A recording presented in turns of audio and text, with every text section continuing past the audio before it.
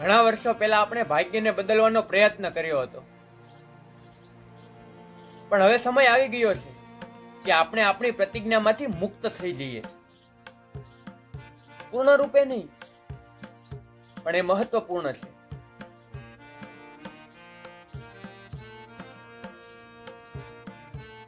આજે રાત્રે 12 વાગે જ્યારે આખી દુનિયા સૂઈ રહી છે,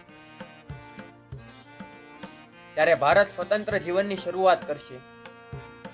આ એક એવો સમય હશે જે ઇતિહાસમાં બહુ જ ઓછો જોવા મળ્યો છે.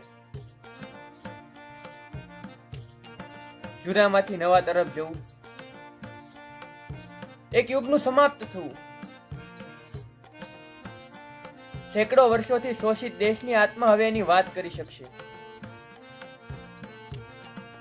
હા, એ સહકાર જ છે જેના લીધે આપણે ભારત અને ભારતની જનતા માટે સેવાની પ્રતિજ્ઞા કરીએ છીએ.